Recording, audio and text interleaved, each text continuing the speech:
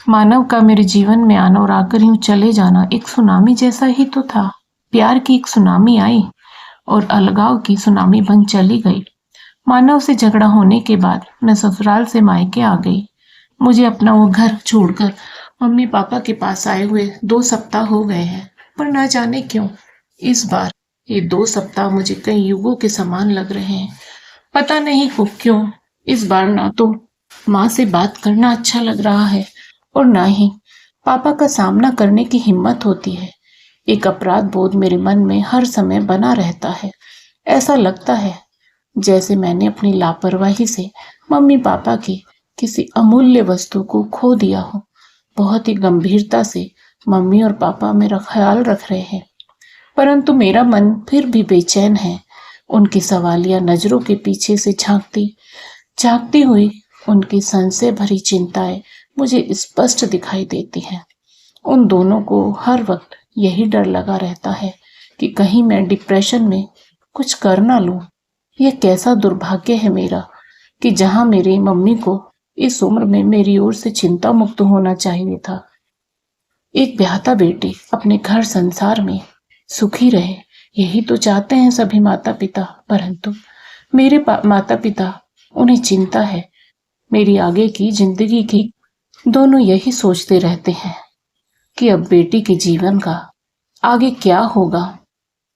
मन खिन्न हो गया मेरा और एक अजीब सा भय मेरे मन में जागा और मैं स्वयं को कोसने लगी कि क्यों मानव के प्यार में उलझी मैं। इससे अच्छा तो शायद वही रिश्ता रहता जो बड़ी बुआ के द्वारा आया था। पर अब क्या हो सकता है। तब तो मानव ही मुझे दुनिया जहान में सबसे अच्छा, सबसे सच्चा और प्यारा लगता था। एकदम विश्वास पात्र। उसी अंधे प्यार में मैंने उसे सहस्र ही अपनी जिंदगी सौंप दी थी। मेरे उस निर्णय से बड़ी बुआ भी तो काफी दिन तक नाराज रही थी मुझसे और मम्मी पापा से। पर उस समय तो मेरी मति मारी गई थी और मुझे पूरा विश्वास था कि प्रेम व विवाह ही सफल रहेगा।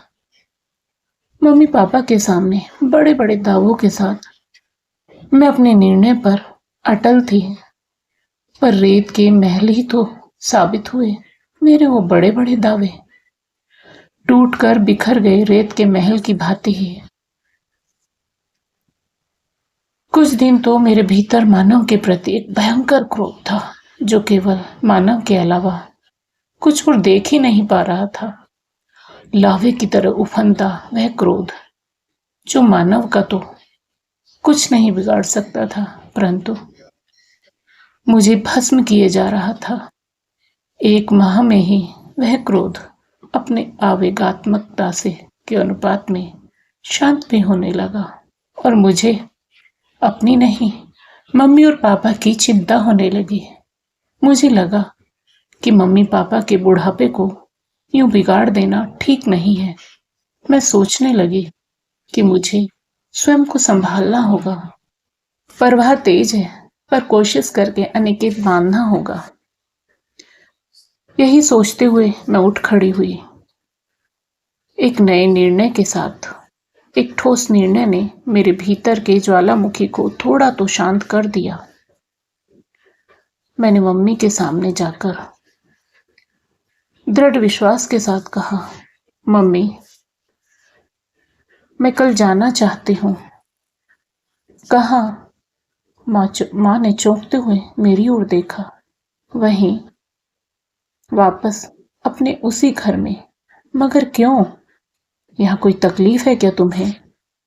मम्मी ने पलटकर थोड़ा गुस्से में मुझसे पूछा। हाँ मम्मी, तकलीफ है, क्योंकि यहाँ रहते हुए हर वक्त मुझे ऐसा लगता है कि जैसे मैं छोड़ी हुई औरत हूँ।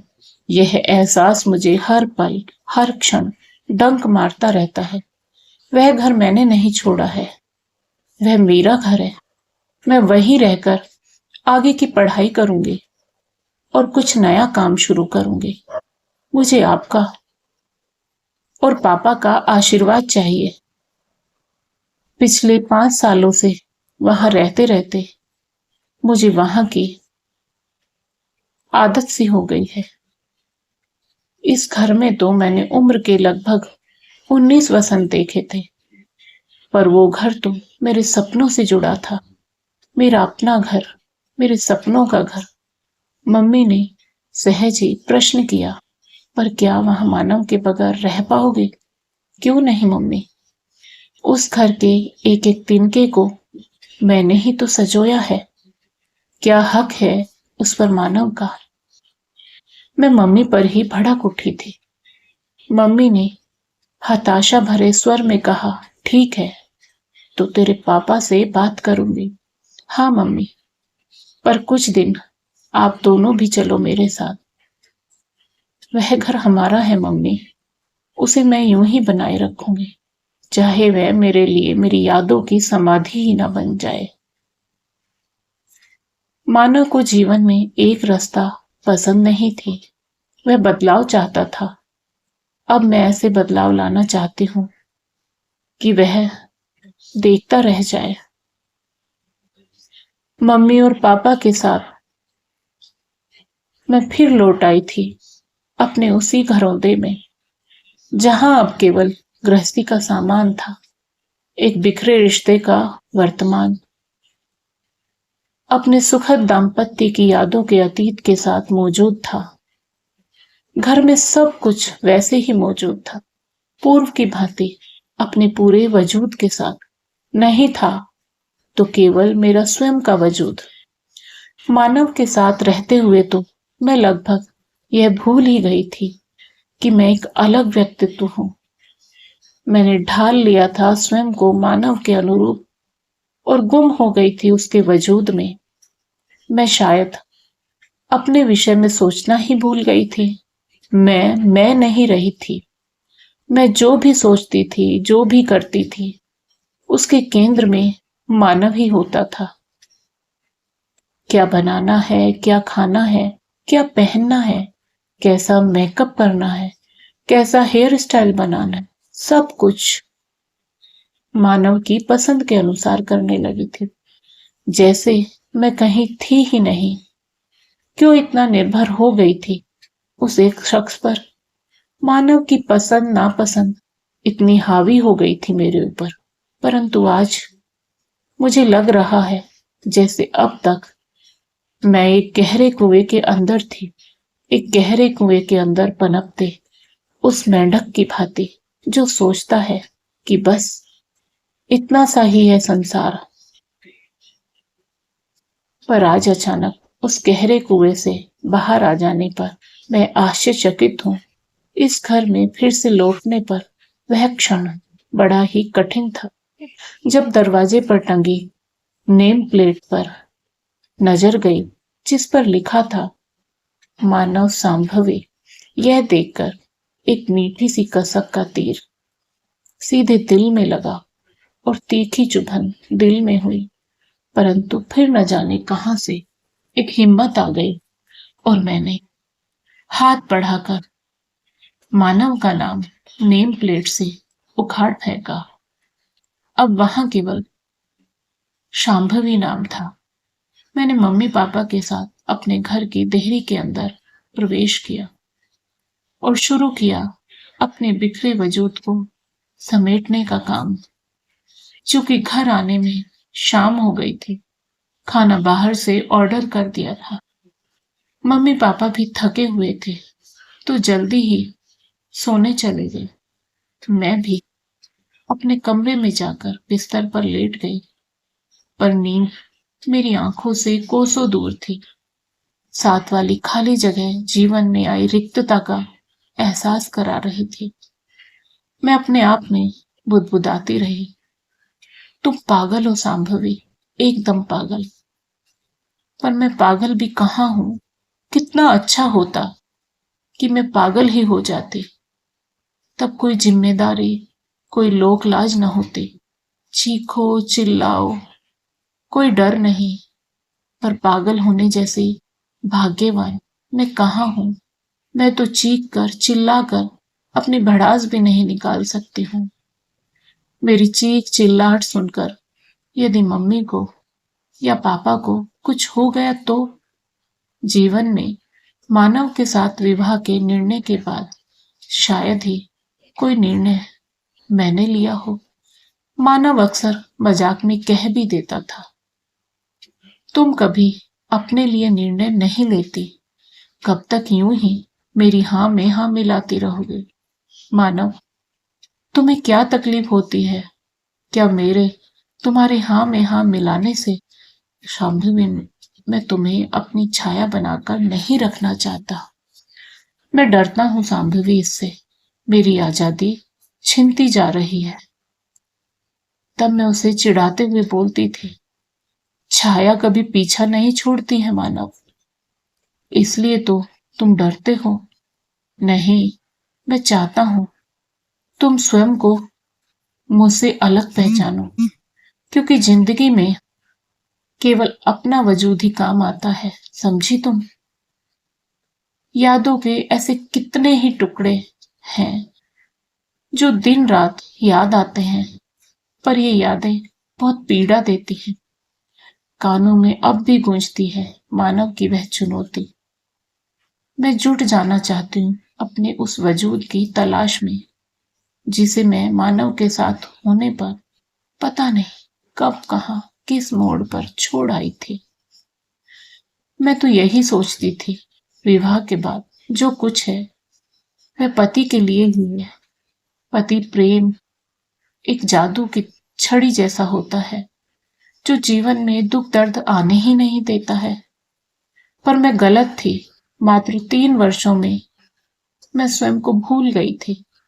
सिर्फ एक समर्पिता बनकर रह गई थी जो अपना अस्तित्व तलाशती थी, कभी पति की बाहों में तो कभी पति के चरणों में, पति की जी हजूरी में तो कभी पति के घर में।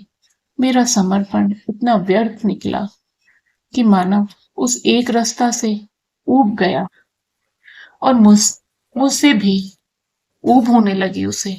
मुझे तो पता ही नहीं लग पाया, ना ही मैं समझ पाई। जब पता लगा तब तक बहुत देर हो चुकी थी। पिछले कुछ समय से मुझे लग जरूर रहा था कि मानव परेशान है, खोया खोया रहता है। कभी लंबे समय तक हाथ पकड़े बैठा रहता, जैसे डर रहा हो कि कहीं मेरा हाथ छूट न जाए। हो सकता है हमारा प्यार उसके अंदर चल रहे द्वंद्व में उसे डराता हो, या फिर वह छोड़ देने से पहले की पकड़ थी। जाने कैसे ठंडापन था उन दिनों उसके स्पर्श में। तब मैं समझी कि मानव कुछ परेशान है, शायद किसी बिजनेस प्रॉब्लम के कारण। उसके चेहरे से लगता था कि वह कुछ घुटन महसूस कर रहा है, कहीं उलझा हुआ सा है। कभी मैं समझती वह कहीं दूर है, मुझसे हजारों मील दूर। मेरे साथ तो वह केवल शरीर से है। पहले तो मानव प्रगाढ़ अंतरंगता में डूबता उतरता रहता था, परंतु अब लगता है वह भुलावा था या अब भुलावा है। मैं मानव से कहती, मानव आपको आजकल क्या हो गया है? इतने चुप, इतने खोए खोए क्यों रहते हो? मानव कहती, कुछ नहीं, बस यही बोलते, फिर कभी बताऊंगा। मैं बताने के लिए ज्यादा परेशान भी नहीं करती थी।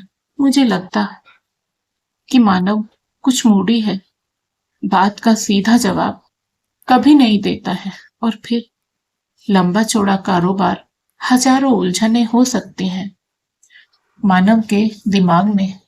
पर पिछले 1 साल से मानव अक्सर दिल्ली से जयपुर टूर पर रहता था।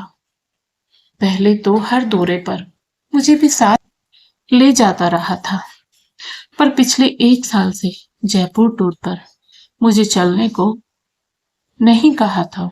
इस बार जयपुर टूर पर जाने से पहले मानव ने मुझसे वादा किया था कि शादी की वर्षगांठ पर वह मुझे जयपुर लेकर जाएगा और एक खूबसूरत उपहार भी देगा।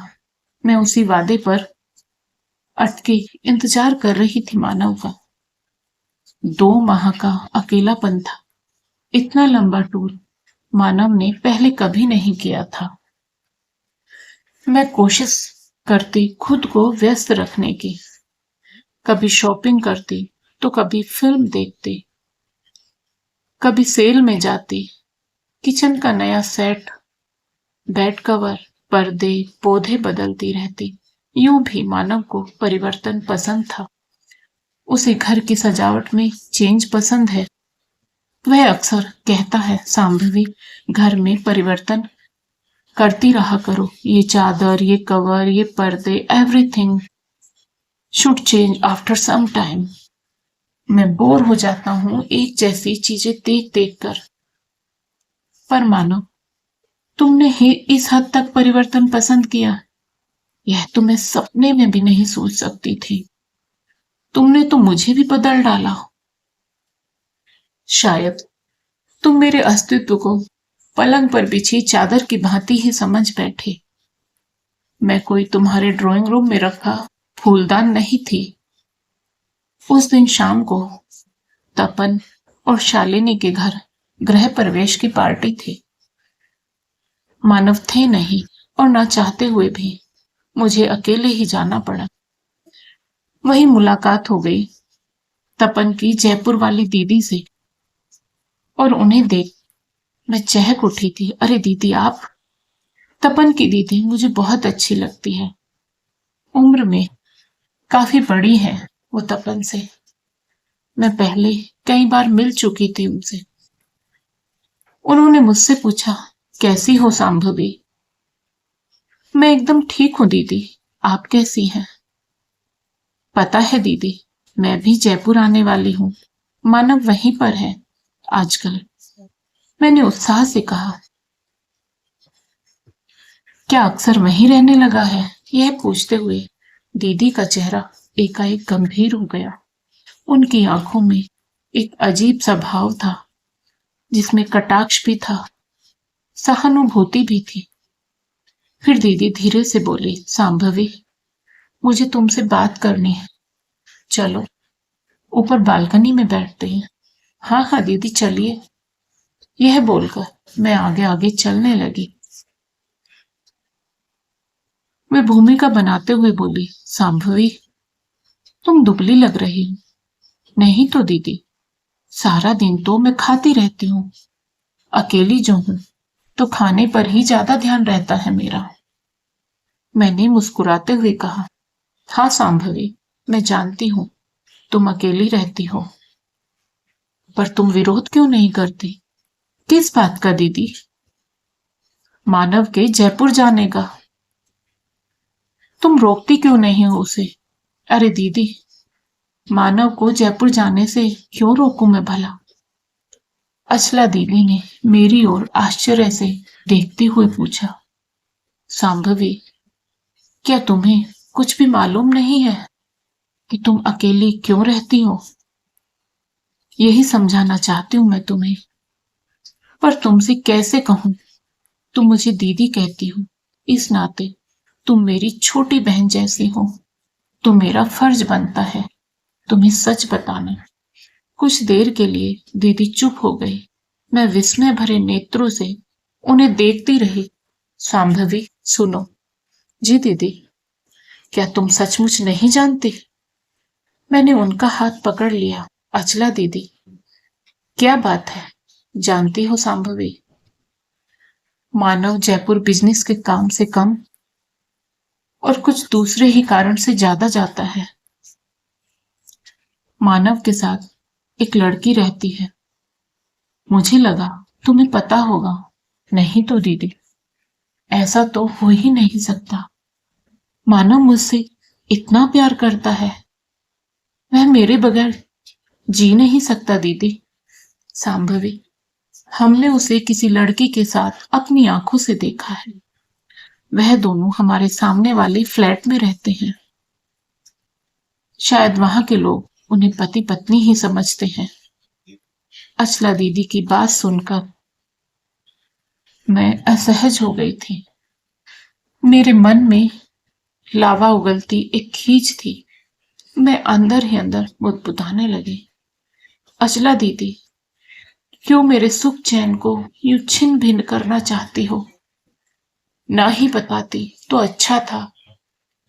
मैं अपने इस खोल में जी तो रही थी। क्यों मानव और मेरे रिश्ते का सच अनावृत कर दिया? मेरे जीवन का भ्रम, जिसे मैं सच समझे बैठी थी, क्यों तोड़ दिया आपने? आपके इस कड़वे सच ने मेरे सारे सुख किन अदृश्य छिद्रों से बाहर निकल गए।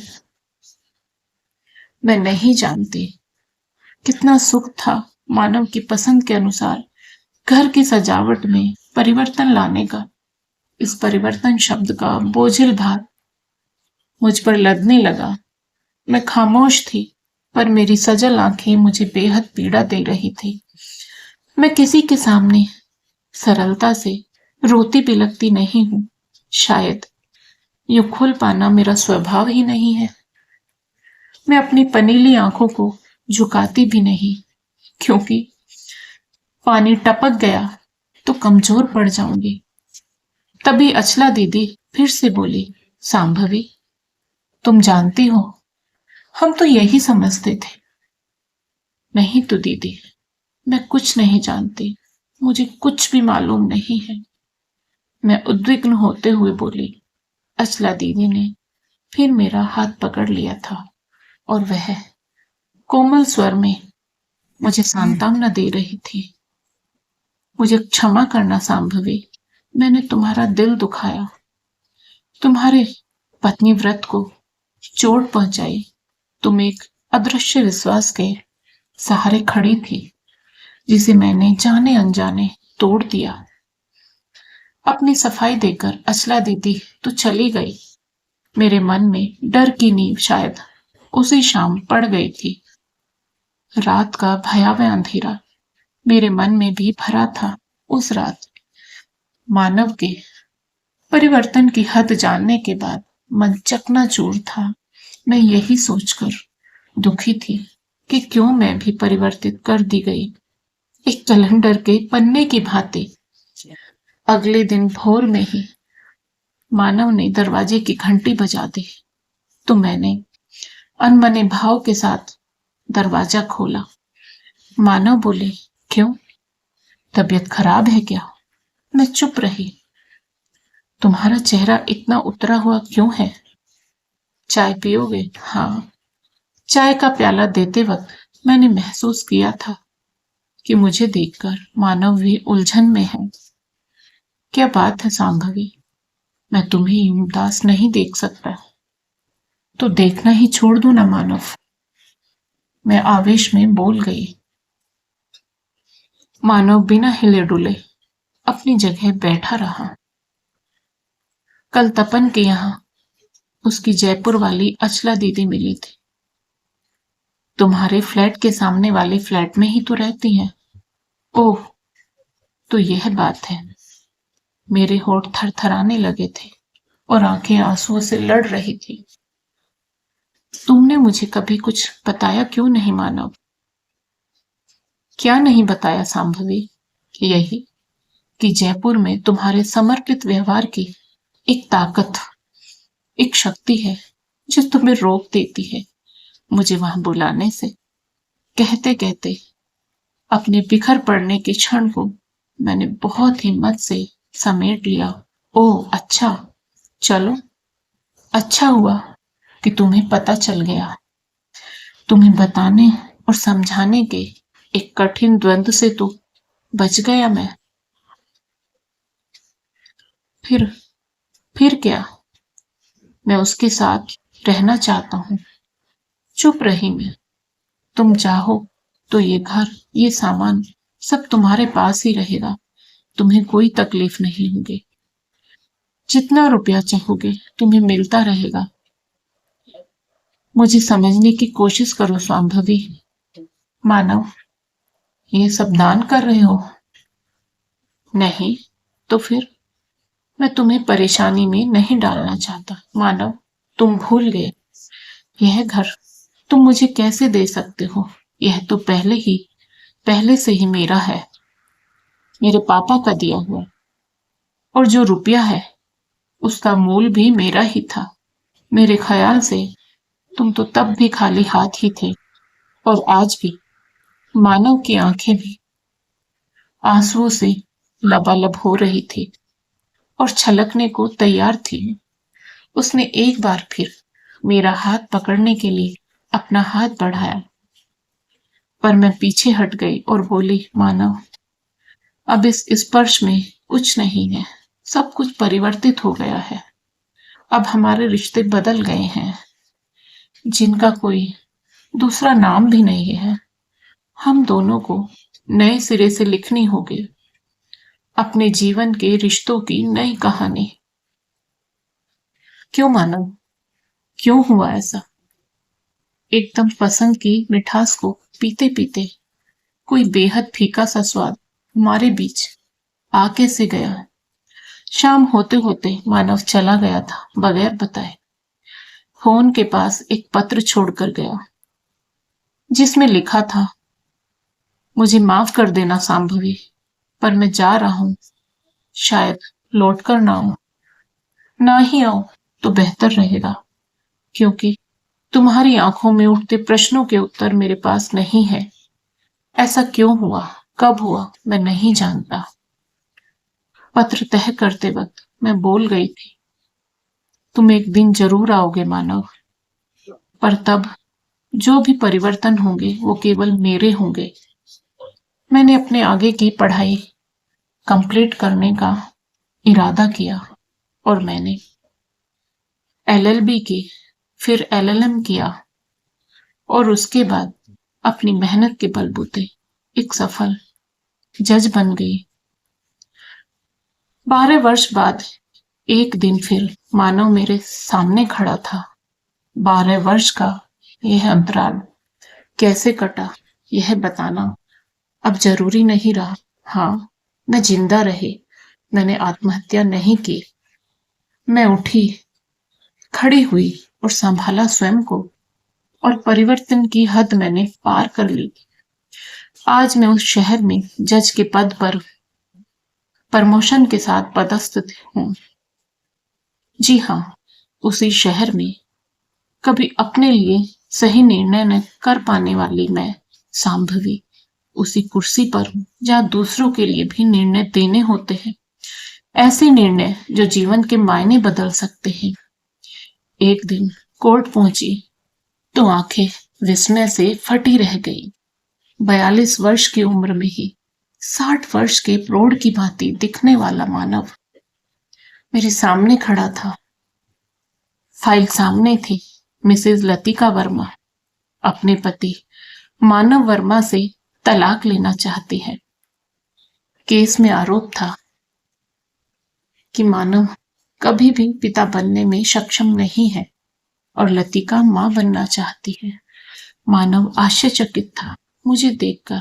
उसकी आंखें प्रश्नोत्सुक थी, शायद खुश भी था वह मुझे सामने देखकर। परिवर्तन चाहने वाला मानव शायद परिवर्तन के क्रम में मुझे फिर पसंद कर रहा हो। आज मुझे निर्णय देना था, पर मानव तो मेरे मन के कटघरे से बहुत पहले ही मुक्त हो चुका था। आज तो वह एक पत्नी के नहीं, एक जज के कटघरे में खड़ा था और निर्णय करने वाली थी सांभवी, जिसे मानव हमेशा निर्णय लेने में कमजोर कहता था। लतिका वर्मा भी सामने ही खड़ी थी, सांवली और दुबली सी बंगालन लड़की, जिसने मेरे जीवन में यह परिवर्तन ला दिया था। मेरे अपराधी तो शायद दोनों ही थे। एक तेजस्वी एकाग्रता लाते हुए मैंने आंखों पर चश्मा चढ़ाया, पर लतिका के वकील के न आने पर केस मुलतवी हो गया। मानव और लतिका चले गए। मैं शाम 5 बजे तक अनमनी सी कोर्ट में ही बैठी रही। शाम को जाने के लिए बाहर निकली तो मानव सामने खड़ा था। मुझे देखते ही बोला, कैसी हो सांभवी? अच्छी हूं सांभवी, अब तो तुम्हें पता चल गया होगा कि मैं मानव मुझे तो तब भी पता था। तुम्हें याद है, माँ के कहने पर हमने एक बार मेडिकल चेकअप करवाया था। उस दिन भी रिपोर्ट यही थी, पर मैंने तुम्हें नहीं बताया, यह सोचकर कि तुम सच स्वीकार नहीं कर पाओगे। बोलते बोलते मैं रुआसी हो गई, और मैंने तुम्हें इसलिए धोखा दिया क्योंकि मैं पिता बनना चाहता था। मैंने समझा कि कमी तुम्हारे भीतर है और तुम कभी मां नहीं बन सकती। शांभवी, मुझे क्षमा कर दो प्लीज। तभी मेरे पति आदित्य गाड़ी लेकर मुझे लेने आ गए और मेरा 3 वर्षीय बेटा दौड़कर मम्मी मम्मी कहते हुए मुझसे लिपट गया। शांभवी, ये तुम्हारा बेटा है? हाँ मानव, देखो, परिवर्तन का एक रूप यह भी है। इनसे मिलो, ये है मेरे पति आदित्य बोरा। तभी आदित्य बोले, शांभवी, जल्दी चलो, हमारी टिकट बुक है और हम लेट हो रहे हैं। यह कहते हुए आदित्य मुझे खींचकर ले गए मानव की ओर, कोई ध्यान दिए बगैर, और मैं आदित्य के साथ गाड़ी की ओर तेजी से कदम बढ़ाते हुए सोच रही थी कि एक व्यक्ति के परिवर्तन वाली सोच ने कितना कुछ परिवर्तित कर दिया। यह परिवर्तन की हद थी। दोस्तों, आपको कहानी पसंद आई हो तो वीडियो को लाइक करें, शेयर करें और साथ ही हमारे चैनल को सब्सक्राइब करें। बेल आइकन को प्रेस करके ऑल बटन पर क्लिक करें। राधे राधे प्यारे दोस्तों।